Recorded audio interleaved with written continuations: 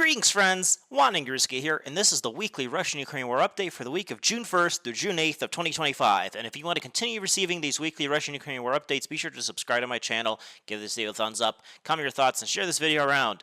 Alrighty, we are going right into it because this week is very interesting because the Russians are advancing rapidly in the Sumy direction, and we could say that, the Sumy operation to make a buffer zone is in full swing. And, it's making a lot more, the Russians entered Sumy 2 months ago and it was going very slow. And I was like, okay, this nothing's going to happen. It's going to be like Kharkov. But then in the last 2 weeks, Russia has been making very much rapid progress in the Sumy direction. And this week is no different. Now, we figured out the reason for this. So the reason for this is because the reason why the Russians were going so slow in the Sumy direction was that after the Russians defeated the Ukrainians in Kursk and pushed them back to Sumy, the Ukrainians still had some of their most best assault units here. Those were the units that took part in the Kursk adventure. Now the thing is that so when they were pushed back, they were still fighting the Russians. But what happened was that the Ukrainians transferred a bunch of units that were of their high quality all the way to the Kostiantynivka direction. That is actually why the Kostiantynivka direction slowed down a little bit than what we were used to, because the units were sent there. But that opened up a very big opportunity for the Russians in the Sumy direction, and they are now exploiting it to the full extent. So what happened exactly, Sumy, in this past week, in this first week of June? So this week, the Russians are continuously expanding and have basically almost fully captured the first line of defense in Sumy. The only big thing is actually the big prize that they're looking for is Dnipropetrovsk, which is basically the only thing left, but I'm pretty certain they're probably going to be able to take this within like 2 weeks or so, probably. But in a lot of the progress is happening in this most kind of more western direction. Last time we talked about how the Russians, took a bunch of these villages, these border villages here. They took Kostiantynivka. And then we talked about how, there were sources showing that, the Russians entered Kharkov and Oleksivka here. And, but we didn't have any GLK confirmation yet.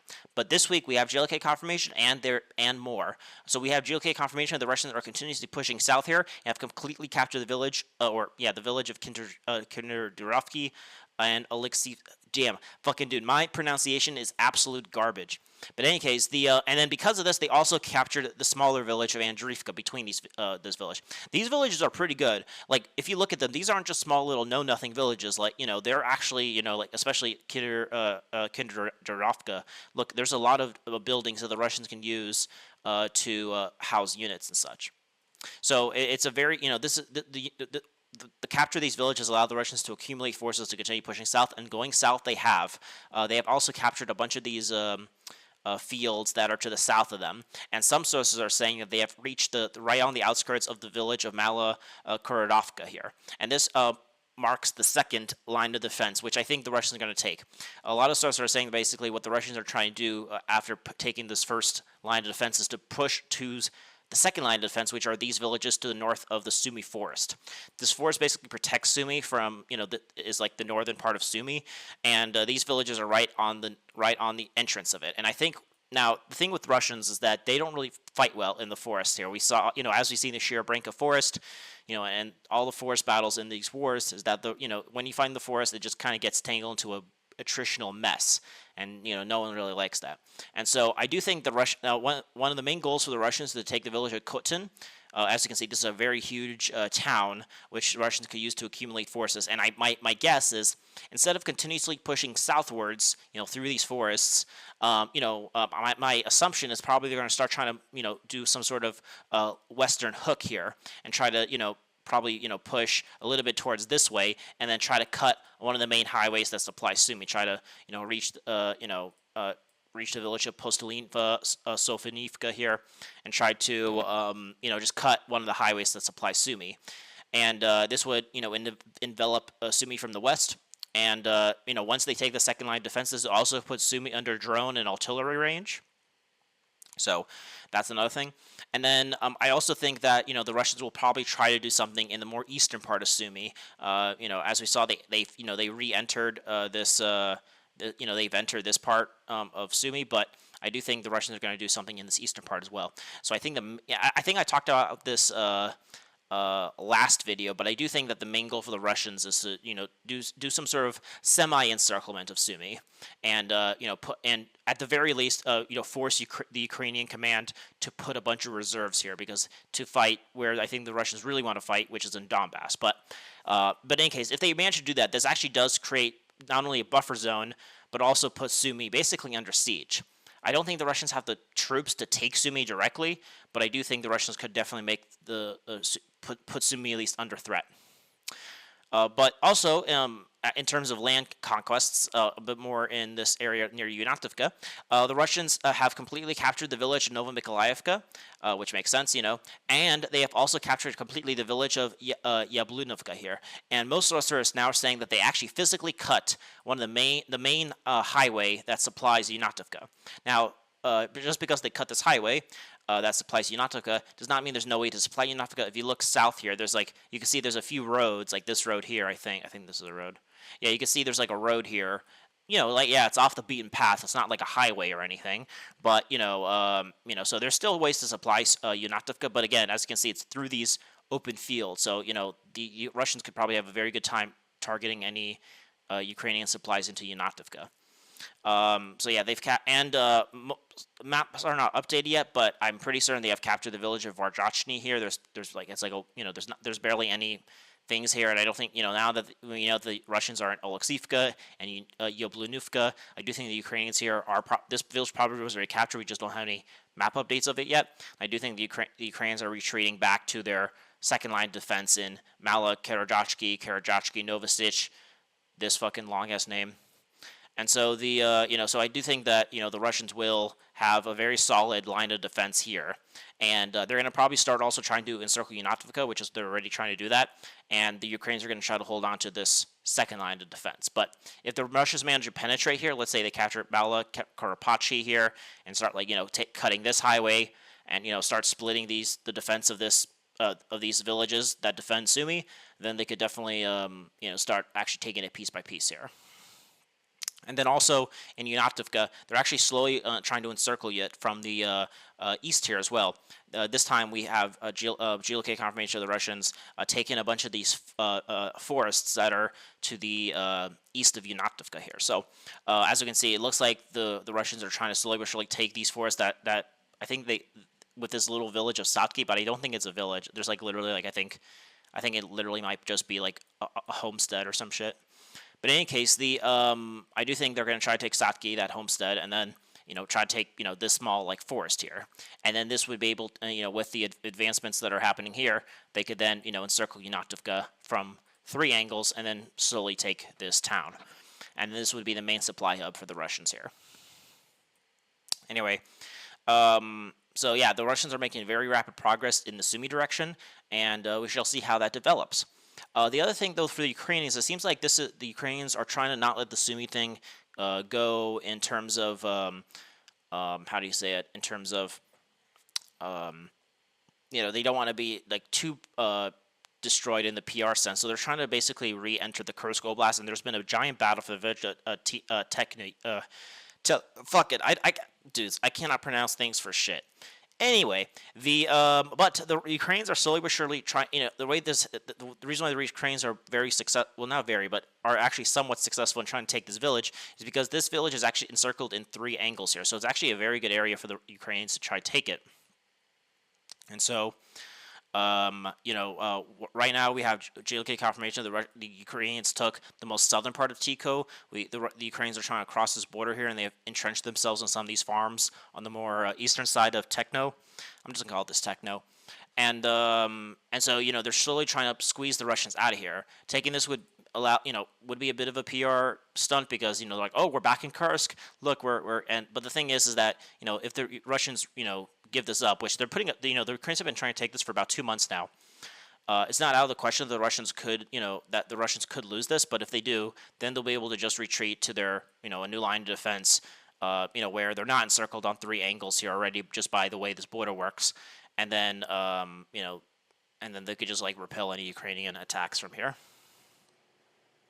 So that is what the I do think they're just trying to take this for PR purposes. But if if the Russians continue their offensive here, I do think that, you know, they're going to eventually push a little bit more to the west here. And this would definitely threaten, you know, the Ukrainian offensives in this part of Sumy Oblast. Oh, another thing is that the Russians also captured the village of Kostiantynivka here, this area. I do think the Russians will also take the village of Stepany, just because it's right next to each other.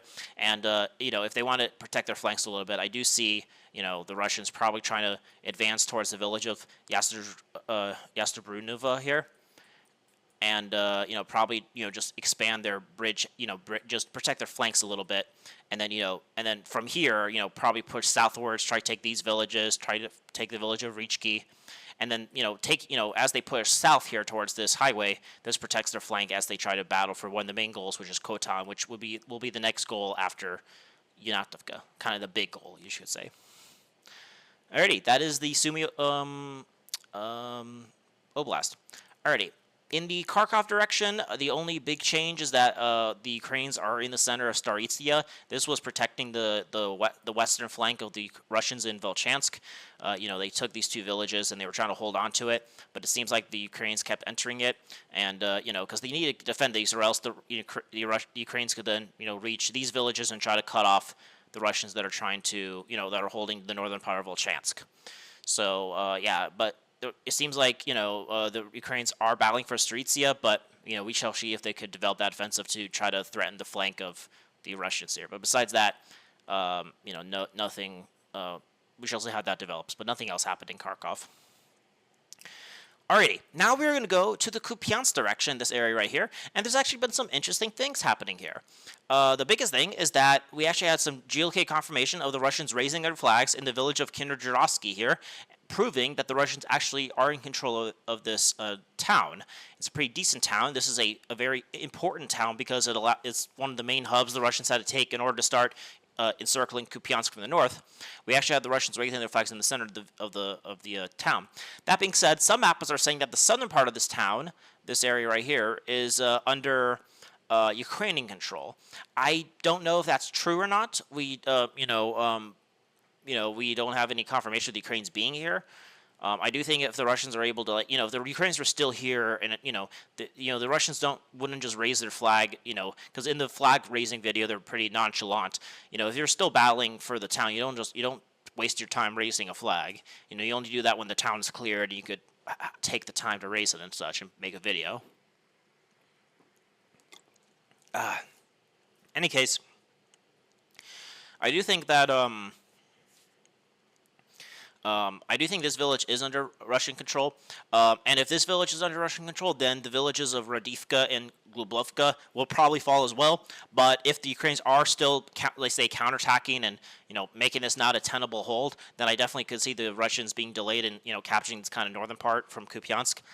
But with that video, we now, you know, before I thought this was just, you know, because the Russians said they captured this last week, but I didn't believe it. But now we got video confirmation of it. So I do think it's definitely possible for the Russians to take something like this, if they could, you know, prevent the Ukrainians from counterattacking and dislodging them. But yeah, so this is a very big gain for the Russians in northern Kupyansk. And we shall see if they could hold on to it. But then a little bit more to the north here, we have GLK confirmation that the Russians are taking some fields to the north of Dnipropetrovsk. These fields right here. So, you know, they're just expanding the bridgehead a little bit.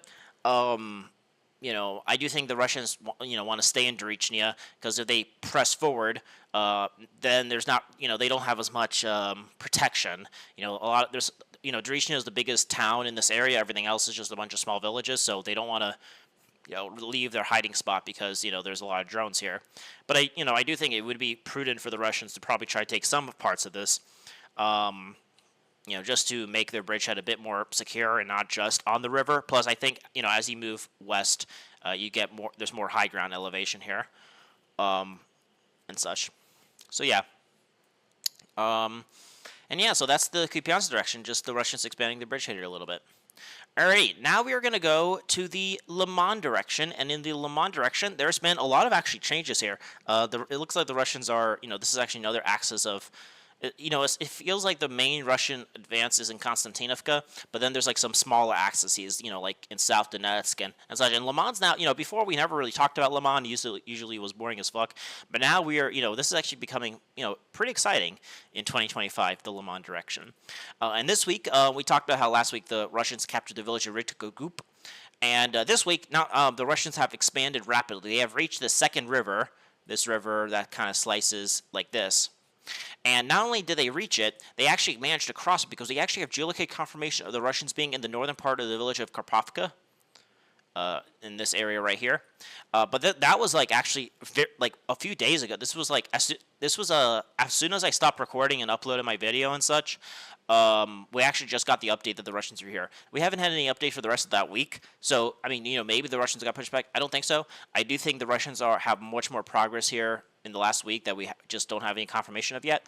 And I do think the Russians have probably taken a lot of this village already here. So, the Russians taking Karpovka and actually taking Karpovka on the other side of this river will give them another bridgehead here. And I do think this is a very good starting point for the Russians. And I think they're going to continue pushing down from this river towards the village, the town of Shendzherlik-Kolokovko, and the main goal, which is the town of Dnipropetrovsk, which they have to take to cut off Lyman from the north here. So this entire offensive here is basically to try to cut off Lyman from the north here. And then also the Russians are making rapid progress to encircling Zelina Dolina. They've captured all these fields to the north of it. They've captured the fields to the south of it, and I don't know why. I'm pretty certain they probably have stormed this already, because it's like it's a one-way street village. It's nothing big, and I don't think the Ukrainians want to be stuck there. So I do think the Ukrainians are going to retreat back to some fortified line of defense here. They definitely want to hold on to Shendzherlik because this is one of the major step towards encircling Lyman from the north. But right now the Russians are making very rapid progress here. So we shall see. I do think in the next by the end of next week, the Russians might be something like this going on. Hopefully they could finally take Kolodovsky here just to secure the southern part here, and then they'll just continue pushing, just in three areas here, and try to reach this village right here, this town. And a little bit more to the north here is that the Russians have taken all the fields up to the village of Kharkov, which is one of the last villages in the Luhansk Oblast. So they've taken some more of these fields here. So I do think the battle for this village will happen next week, and I do think the Russian goal is to reach take at least this part of Luhansk. And I do think the Russians might try to move a little bit north here just to protect their flank a little bit. The way I see it is the Russians are going to try to take something like this. Just take these villages. And this will be like their northern flank. It looks like the main goal here for the Russians is to take Lyman. I don't think the Russians are going to try to take Borova. I think Borova will be of secondary importance. But, yeah, so that's, but I do think they're going to try to, just, protect their flank a little bit, because I think the main goal for the Russians is to try to take Lyman. But, in order to take Lyman, they'll have to defend their northern flank here since the Ukrainians are still here. What the fuck? All right, there we go. Let me close this here. There we go. Anyway, the thing about this battle for Lyman that the Russians didn't have to deal with before is because when the Russians took Lyman before, this entire northern part was already captured. But now that they're taking Lyman for a second time, there's how do you say it? There's a threat to their northern flank here, so they'll have to be more secure in their northern area before they start advancing on Lyman. And there's been no changes in the Seversk direction. Alrighty, now we are going to go to the Kostiantynivka direction. And the way, as I mentioned, this is a new direction where I combined the Toretsk and Chasiv Yar directions into the Kostiantynivka direction. So we're just going to talk about what's happening in these areas. I also have split it. So this this road that is the dividing line between the Kostiantynivka and Pokrovsk direction. So anything that happens to the west of this line is part of Pokrovsk now, and then everything to the east of this line is part of the Kostiantynivka direction. So that's kind of like how I've kind of separated it, because the advancements here are to encircle Minigrad, which is part of the whole Pokrovsk operation. So, but anyway, let's talk about what's happening in Kostiantynivka specifically. So this week, this area is the Russians are continuing their advance in the village of Yablunivka here, and they've actually taken the completely the western part of this village here. And they have taken a bunch of these trenches that are to the north of it. There is a bunch, if you look at the trench map, there's a bunch of trenches to the north of this river here, because, they were expecting a Russian assault directly, but, with the Russians attacking along this highway, here, they have to do, like, trench hopping, clearing trench after trench here, and, this might be why it's going to probably take a while to take Yablunivka here, because, the Ukrainians have a bunch of trenches here, and if the Russians keep advancing here, they could just get attacked across the river. So we shall see if, but yeah, I think the Russians will just continue trying to push along this this village, try to reach the main goal, which is Alexandra Kelenovo here, and but also the Russians are taking these fields here, so they've taken these fields here. So I do think the Russians will keep pushing through these fields. I think also what happened this week is that the Russians have completely captured the village of Zara. We talked about this last week, but we have geologic confirmation of that. I do think they'll also then use their positions here, try to advance northwards here, and just kind of put pressure here on multiple directions. They haven't done this yet, but I do expect the Russians to move from Romanovka up, maybe up here, just try to just advance in all directions, but they haven't done that yet. But yeah, so again, the main goal here is to take Yablunivka, Alexandra Kelenovo, Katerinivka, Kilian-Bilk, and just kind of reach this water reservoir here, and then basically pull the front all the way up to Kostiantynivka here. So these battles that are going on here are basically the battles to reach Kostiantynivka. And then, but where there's been actually a lot of rapid progress is in kind of this area between Chasiv Yar and Toretsk here, and this kind of these fields between it, is that we actually have geolocated confirmation of the Russians capturing at least being in the center part of the village of Delivka here. This was a very rapid progress for the Russians. So they've been making a lot of moves in this area in the last 2-3 weeks or so. My guess is the Russians have captured this village. They also have captured a bunch of these fields to the west of it here, and we also have geolocated confirmation of the Russians being in this Delivka train station. I know it's a bit confusing. There's a lot of Delivkas here, and of capturing a bunch of these fields that are here. So the Russians are making very rapid progress here. I do think the Russians will continue moving north of Delivka here, probably using this river as a defense to reach the village of Bilohora, and then once they reach, they're going to try to take Bilohora, and then maybe try to link up with some forces that are across the Seversky Donetsk Canal here and try to take everything here. So then the front will go something like this, and then one of the main goals for the Russians is to take the village of Alexandra Shutla here, this little town right here, because if they could take it, then this would be the forward operating base to attack Kostiantynivka from the south here. And from here, I do think the Russians will then try to link up with the Russians that are in Chasiv Yar here and try to just take everything here. And then they're going to advance north from this Delivka train station along this rail line and take everything here. So I think this is the goal for the Russians. And then from here, the Russians will obviously be trying to take the trenches here. I do think then the Russians will then try to maybe cross this, area and then take the village of Pilashivka and Ivanopilia, and then have something like this. And then this would allow the Russians to reach, Kostiantynivka. So then at this point, the Russians would have reached Kostiantynivka from the south. But again, the Russians will also have to start, trying to reach Kostiantynivka from the west, and then, they have to actually finally finish the battle for Chasiv Yar so that they could reach it from the north and then start putting the squeeze on it. But yeah, a lot of rapid progress, at least in this direction here. Also, we actually have geolocated confirmation of the Russians being in this trench network here. So, this map is being very generous in terms of or very conservative in terms of, the small gains for the Russians. But yeah, we have. This is if the Russians can capture these trench networks, which it seems like what they were doing, and capture these areas here, this would allow them to actually secure themselves in this mine shaft, which apparently they lost, but it still seems like this mine shaft is in a gray zone. But again, the main goal here is to, take these, these trenches here and this mine shaft just to protect the northern part of Toretsk, and then, kind of meet up with the Russians that are advancing north from Zara and Romanovka, and to take, take Kilian-Bilka and Katerinivka here. So I think that is the goal for the Russians here. And then kind of in the more Chasiv Yar direction, the Russians are making some decent progress. The biggest thing is that the Russians have completely captured the northern quarry here. Last week we talked about how they took only parts of it, but this week we have most mappers saying they took the rest of this area, about here. So that's good. I said they have to take this quarry in order to just secure themselves in the northern part of Chasiv Yar. I do think the Russians will try to take the rest of this, just try to reach the Sovetski Donetsk Canal from here, probably take the rest of these fields to the south here. I don't think they're going to try to take Masky, Morovko, Fedrovko, or anything like that. I don't think they need to at this moment.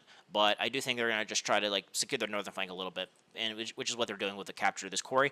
And then in order to actually fully take Chasiv Yar, they have to take these last two micro districts.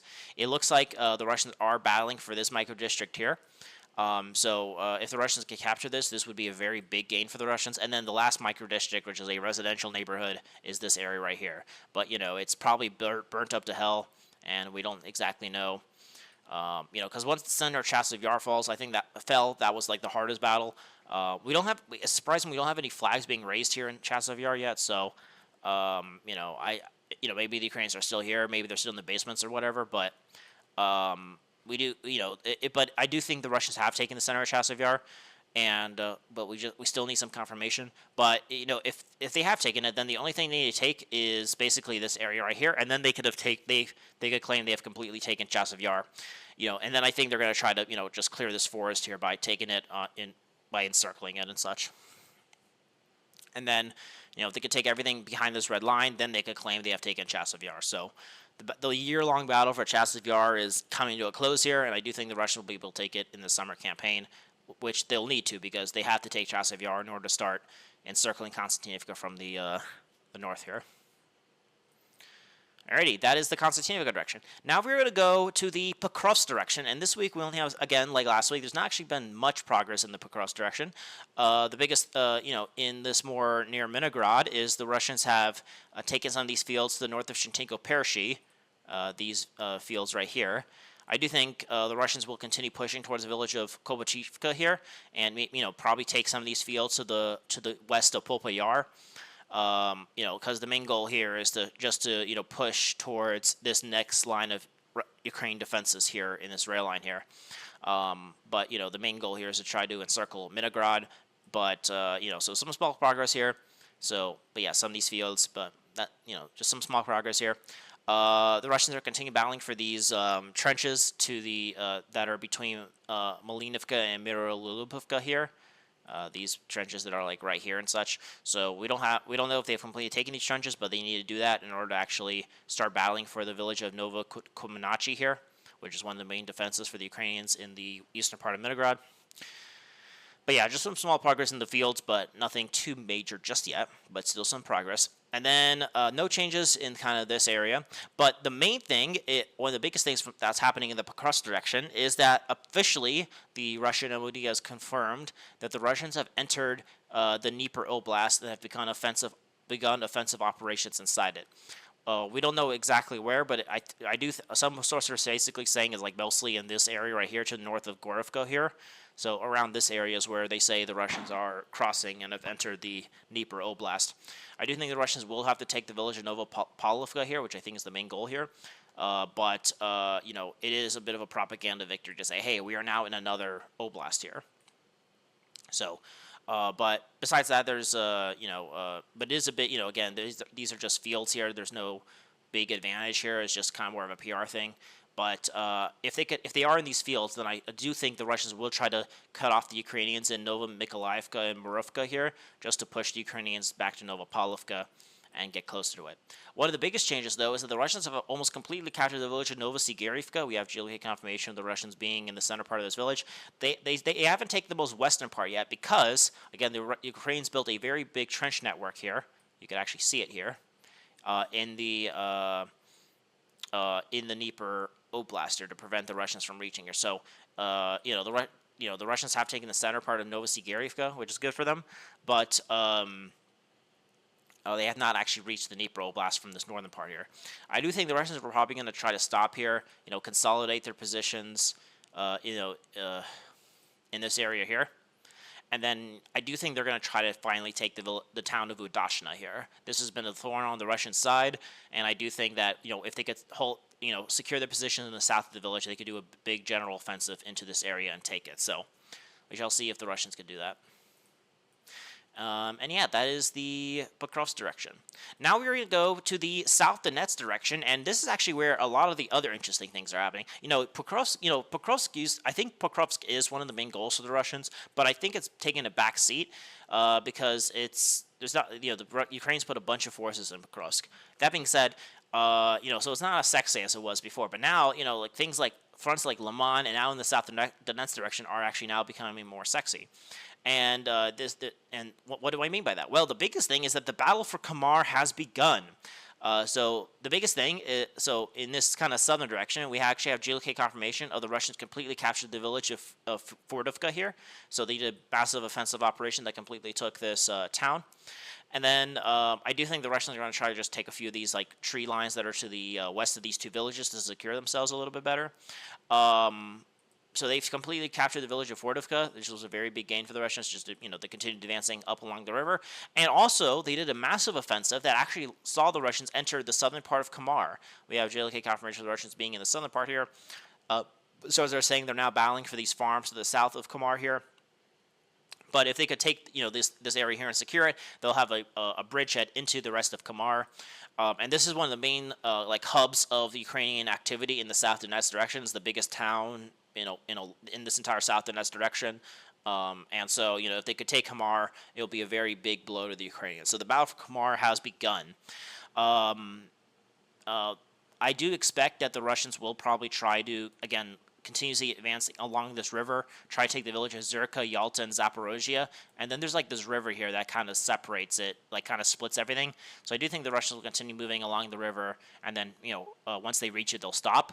But then they'll be, because if they can continue taking these fields here, then they could attack Komar from the north, try to take this northern village here of Pirodubivka here, and then try to just encircle Komar multiple angles and then take it. So. I do think that is one of the goals for the Russians in the south and west direction. But yeah, the battle for Komar has begun. I wouldn't be surprised if the Russians take it within a week or two. But we shall see. And then also, the Russians have actually now finally entered the village of Oleksivka here. We actually have JLK confirmation of the Russians taking the most eastern part of this village. There's a bunch of trenches that are to the north of these villages here that kind of go all the way up to the Dnipro Oblast here. So they had to take these trenches here, but it is a very big gain for the Russians to be able to continue advancing here. So, this village is finally being taken. I think this got facilitated with the capture of Baratar here. So, yeah, I do think it's a very big, how do you say it? It's a very good progress for the Russians because, now with the Russian advance along this river and the Russian advance here, the Russians could then maybe try to, attack it on multiple angles here and try to take the villages of Zlina Kut, Novoukrayinka, and then, but then I think the Ukrainians are going to try to, again, like they're pushing up north here, try to prevent the Russians from entering the Dnipro Oblast here. But if they could take something like this, this would facilitate the conquest of the rest of Donetsk Oblast a lot easier, though. And then a little bit more here, the Russians are just taking, small pieces, but again, they accumulate. They took a few of these fields to the west of Lina. They have taken some of these fields to the west of Novoselivka here, and they have taken some of these fields to the west of Novopil, this tree line right here. So just, expanding their presence here in this area right here a little bit. The biggest question I have is how the Russians are going to try to crack this nut here. I do think the main goal for the Russians is to try to reach the Voshka River here, and then, because this would allow them to take the rest of South Donbass. And but because of there's no natural offensive points, they have to, the biggest goal for the Russian right now is to take the village of Shentevko, but again, they have to encircle it on multiple angles here, and there's still a lot of places the Russians could be at. So it's going to be, I don't know where the Russians will advance from here. I think they're going to try to take Komar and take all these villages here, and then maybe just advance on multiple angles here, probably from this. Try to break through to the north here, and then take Shentevko from the north and from the south here. So I think that's what the modus operandi for the Russians here is. And then in the Zaporizhzhia direction, there's actually been some progress here as well. I thought there would be no more changes here, but and one of the most it's coming from the most interesting area is that the Russians have begun an offensive near Gliapolia, which actually makes sense. They have captured a bunch of these fields to the south of the village of Mlinivka. So taking a few of these fields here. This is a very decent progress for the Russians.